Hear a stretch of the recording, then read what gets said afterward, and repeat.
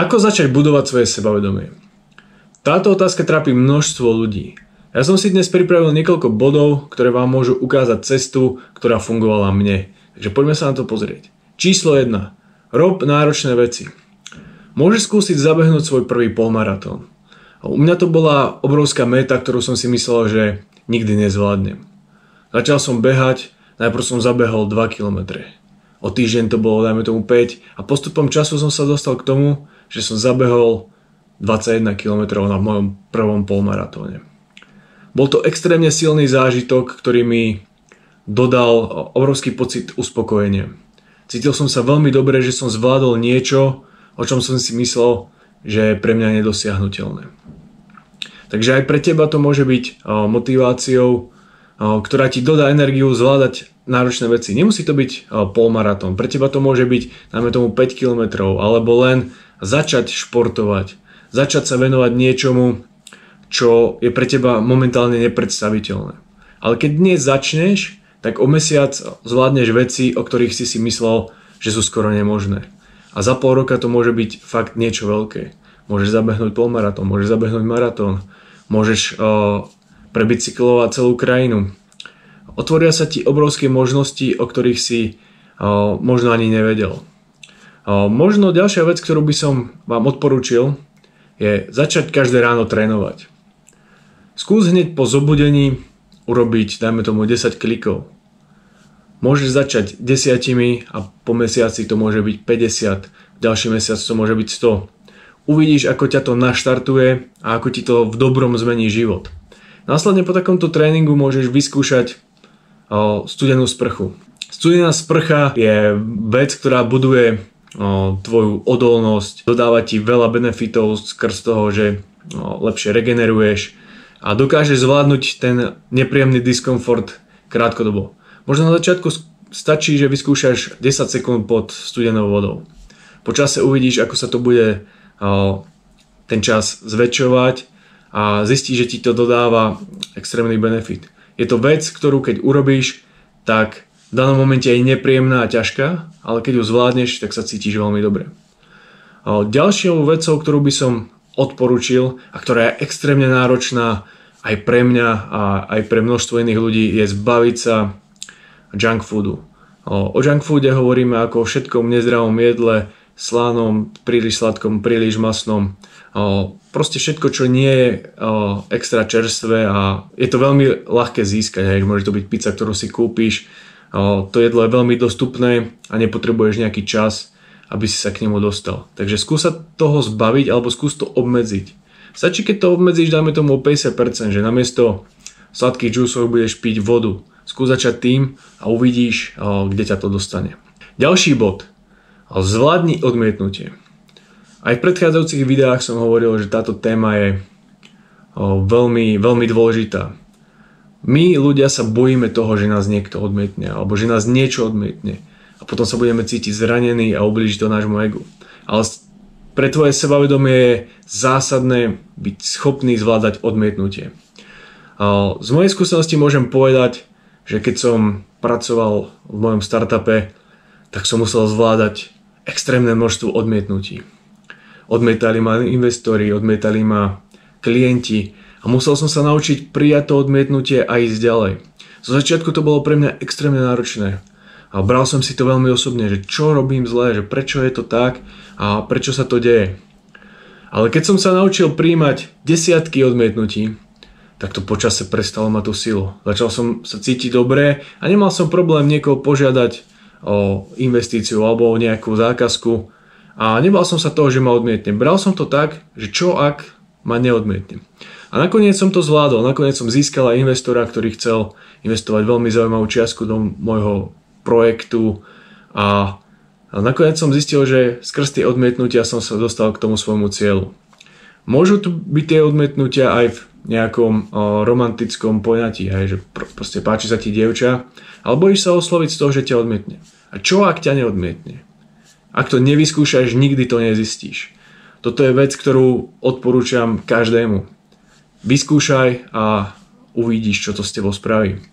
Môžeš odmietnúť aj určité udalosti, na ktorých sa nechceš zúčastniť. Veľa z nás je vychovaná v tom, že musíš ísť na tú rodinnú oslavu, musíš ísť tam a tam, lebo sa to proste patrí. Ak tam nechceš ísť, tak tam proste nechoď. Máš to právo to odmietnúť a dodať ti to aj sebavedomie, ale aj čas, získaš priestor na aktivity, ktorým sa chceš venovať. Nechceš tam proste byť, tak tam nebuď. Ďalšou vecou, ktorú určite odporúčam každému z vás skúsiť, je vypýtať si vyšší plat v práci. Toho sa boja ľudia viac ako smrti. Proste spýtať sa toho svojho manažera alebo šéfa, že chcel by som dostať vyšší plat za to, čo tu odvádzam. Veľa ľudí sa bojí, že keď si popýta vyšší plat, tak bude odmietnutá a v tom najhoršom prípade ich vyhodia. No čo ak ten tvoj šéf vie, že si dostatočne cenný pre tú spoločnosť a ten vyšší plat ti dá skrz to, že v tej práci ostaneš a budeš ho vykonávať a nebudú musieť hľadať niekoho za teba.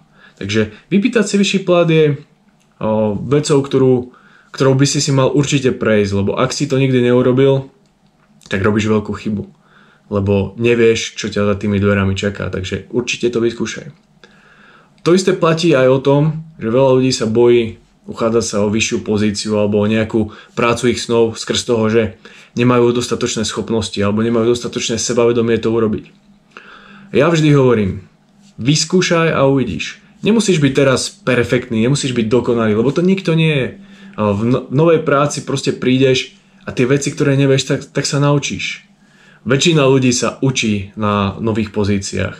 Je tam proste ten proces a nikto neočakáva, že budeš hneď dokonalý. Budeš proste robiť chyby a aj keď tá práca je možno momentálne na tvoje možnosti, tak tým, že do nej dáš svoju energiu a chuť a budeš sa jej venovať naplno, tak to zvládneš a prekonáš tú znalostnú bariéru, ktorú momentálne ešte nemáš. Takže určite to vyskúšaj a uvidíš. Ďalší bod. Zvládni neočakávané problémy. Toto je tiež vec, ktorá, dajme tomu pred 10 rokmi, extrémne ubíjala. Napríklad som sa zranil a myslel som si, že teraz som sa zranil a pre mňa všetko končí. Bral som si zranenia príliš vážne, mal som za sebou niekoľko operácií kolien a ďalšie množstvo zranení. A možno do začiatku som ich nevedel prijať. Vravil som, že prečo sa to deje práve mne, čo som komu urobil a bral som to zas ako ten Boží trest. Neuvedomoval som si, že som urobil možno niečo zlé, že som bol pretrénovaný, alebo som urobil nejaký zlý pohyb, alebo proste to bolo len zhoda nejakých nešťastných okolností, ktoré z toho vyplynuli. Časom som si uvedomil, že aj tie zranenia patria k životu a prestal som sa nimi trápiť. Teraz každému vravím, netráp sa tým, čo príde, proste príjmi to, OK, čo môžem preto urobiť, aby sa to mohlo zlepšiť. Keď toto povieš, tak dokážeš zvládnuť akýkoľvek problém. Napríklad dostaneš výpoveď. OK, tak tvoj život nekončí. Budeš mať chvíľu možno ťažšie obdobie, možno to bude mesiac, možno to bude týždeň, možno to bude pol roka, kým si nájdeš lepšiu prácu. Ale je to príležitosť nájsť si niečo lepšie, zmeniť svoj život k lepšiemu. Takže netreba sa tým trápiť a stresovať a žiť len preto, že čo ak sa niečo stane. Proste keď sa to stane, tak to príjmeš a začneš sa zariadovať podľa toho. Proste ťa to nedemotivuje a príjmeš to a tým buduješ svoje sebavedomie. Keď sa ti pokazí auto na diaľnici, tak sa proste nič nedeje. Zavoláš asistenčnú službu a vyriešiš to. Veľa ľudí sa proste trápi, čo ak sa stane to a to. Proste 99% vecí sa proste nestane a stane sa úplne niečo iné. Možno horšie alebo lepšie, ako si myslíš. Takže tento bod je hodne silný a je veľmi dôležité ho prijať a zvládnuť. Skrz tvoju mentálnu odolnosť a budovanie tvojho sebavedomia je to zásadné. Ďalšou veľmi dôležitou vecou je skúšať nové veci. Ak nič nevyskúšaš, tak z čoho budeš mať tie skúsenosti? Z tých skúseností potom čerpáš a buduješ si svoje sebavedomie. Takže ak máš chuť sa naučiť cudzí jazyk a cestovať, alebo prípadne nájsť si prácu, kde budeš ten cudzí jazyk musieť použiť, tak je to príležitosť na to, aby si začal. Zaplať si kurz, choď niekde do sveta a nauč sa ten jazyk a uvidíš, ako ti to zmení život. A u mňa to napríklad bolo o tom, že vždy som sníval o tom, že budem jazdiť na motorke. A keď som mal 21 rokov, hneď pri prvej príležitosti som makal na brigádach, Robil som denné, nočné, robil som skoro 24 hodín denne, len preto, aby som si splnil svoj sen a urobil si vodičak na motorku a potom si následne tú motorku mohol kúpiť. Vďaka tomu som zažil skvelé roky. Bolo to 7 skvelých rokov, počas ktorých som jazdil vždy, keď bola tá možnosť a dávalo mi to extrémne veľa. Vďaka tomu viem, ako sa mám správať na ceste, chápem, ako fungujú vodiči aut, viem, ako fungujú motorkári, rozumiem tomu aj skrz cyklistiku. Takže dáva mi to sebavedomie a skúsenosti a keď sa aj s niekým stretnem, kto jazdí na motorke, tak sa mám s ním o čom rozprávať. Máme spoločnú tému, mám tú skúsenosť, mám ten prežitok. Takže mám z čoho čerpať a je to ďalšia vec, z ktorej sa skladá moje sebavedomie. Ďalšia vec, ktorá ti môže pomôcť sa vyskúšať nové veci alebo sa zlepšiť a zlepšiť si aj svoj život je naučiť sa variť. Nauč sa variť aspoň na takú základnú úroveň. Aby si bol schopný prežiť sám a uvariť si proste dobré, kvalitné jedlo z čerstvých surovín. Nemusíš sa učiť váriť nejaké komplikované, zložité jedlá, pri ktorých budeš tráviť hodiny a hodiny pri platni. Ale nauč sa váriť 15 až 30 minútové recepty. Proste nauč sa grilovať, nauč sa váriť rýžu, nauč sa robiť nejaký šalát, nauč sa pripraviť kvalitné vajcia, praženicu a tieto veci. Všetky tieto veci ti pomôžu a vďaka ním budeš vedieť, že keď nech príde čokoľvek alebo nech sa stane čokoľvek, tak sa sám viem o seba postarať. Čiže to skúšanie nových vecí by sme tu mohli byť ďalšie hodiny a hodiny a rozprávať sa o nových aktivitách. Čokoľvek chceš vyskúšať, tak môžeš a v globále ti to len pridá určitý bod do tvojho sebavedomia, do toho, kým si a celkovo to buduje tvoju osobnosť. Takže sa neboj a chod do toho. Poslednou veľmi dôležitou vecou, ktorú v tomto videu chcem spomenúť, je skúsť byť sám so sebou. Skús byť 24 hodín úplne sám a uvidíš, čo to s tebou spraví. Úplne sám znamená žiadni ľudia, žiadne sociálne siete, žiadne PC. Môžeš byť doma, ale skús sa vyvarovať tomu, že budeš svoj čas vrhať na nejaké aktivity, ako je sledovanie televízie a podobné veci. Skús byť proste sám, možno si prečítať nejakú knihu, skús meditovať, skús robiť niečo, kde budeš sám so svojimi myšlienkami. Tohto sa ľudia strašne boja a veľa ľudí to vôbec nezvláda. Môžeš sa vybrať aj na nejaký výlet, kde proste sadneš do auta a pôjdeš, dajme tomu, na víkend niekde preč a uvidíš, ako ti to extrémne ukáže, čo sa v tvojej hlave deje a kde sú tvoje limity a prečo sa toho tak bojíš. Sám zistíš, že to nie je vôbec tak hrozné, ako si myslel. Ísť do reštaurácie úplne sám je momentálne znakom pomerne vysokého sebavedomia. Keď prídeš do reštaurácie, sadneš si, objednáš si jedlo a v kľude, v pohode si ho zješ, bez nejakých ďalších distrakcií, je znakom extrémne sebavedomého človeka.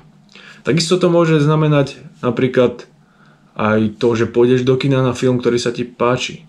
Nemusíš byť čudný blázon, ktorý ide sám do kina, ale môžeš byť človek, ktorý má chuť vidieť ten film, aj keď momentálne nemá s kým ísť do toho kina, tak proste pôjde sám a užije si ten zážitok so všetkým, čo k tomu patrí. Je to vec, ktorú si treba prežiť a ktorú je treba vyskúšať. Takže ako začať budovať svoje sebavedomie? Rob náročné veci. Vyskúšaj všetko, čoho sa bojíš a čo je trošku diskomfortné a z čoho máš mierny strach. Uvidíš, ako ťa to posunie. Zvládni odmietnutie. Neboj sa niekoho osloviť. Vypýtaj si vyšší plat. Nechoď na tú oslavu, na ktorej nechceš byť a uchádzaj sa o prácu, o ktorej si myslíš, že na ňu momentálne nemáš. Zvládni neočakávané problémy. Keď sa zraníš, nič sa nedeje. Dáva ti to príležitosť nájsť riešenie, ako to na budúce vyriešiť lepšie. Keď dostaneš výpoveď, máš možnosť uchádzať sa o lepšiu prácu. Keď sa ti pokazí auto, vyriešiš to tak alebo tak. Skúšaj nové veci. Nauč sa cudzí jazyk. Urob si vodičák na motorku. Nauč sa variť a uvidíš, ako ťa to zmení. Skús byť sám so sebou. Buď 24 hodín úplne sám. Zajdi si do kina úplne sám. Daj si jedlo v reštaurácii úplne sám. Vyjdi si na výlet alebo túru úplne sám a začneš budovať svoje sebavedomie a celkovo budovať svoju mentálnu odolnosť. Ak sa ti toto video páčilo, daj mu like a môjmu kanálu odber a prípadne ak máš záujem o konzultáciu, kľudne sa mi ozvi a môžeme sa pozrieť na tvoj problém.